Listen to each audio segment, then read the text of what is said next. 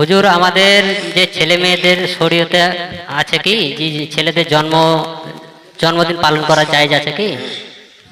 ছেলে মেয়েদের ছেলে পিলেদের জন্মদিন উপলক্ষে কেউ যদি ভালো কাজ করে যে দোয়া খের করব তার লম্বা বয়সের জন্য, যেমন আল আদাবুল মুফরাদের মধ্যে হাদিস রয়েছেন একজন সাহাবী একটা ছেলের বা মেয়ের জন্মদিনে কেন্দ্র করে মানুষজনকে ডেকে খাওয়া দাওয়ার ব্যবস্থা করেছিলেন, দোয়া খেরের ব্যবস্থা করেছিলেন।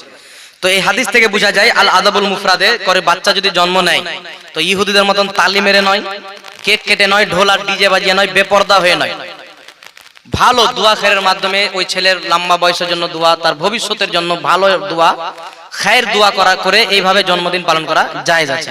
কিন্তু ইহুদিদের সাথে যেন মুশাব্বা না হয়, মান তাশাব্বাহা বিকওমিন ফাহুয়া মিনহুম, যে যেই কওমের নকল করে সে তাদের মধ্যেই পড়ে। তো তারা যেভাবে কেক কেটে তালি মেরে বাজায় সেভাবে যাবে, এমনি দোয়া খেরের মাধ্যমে যাবে।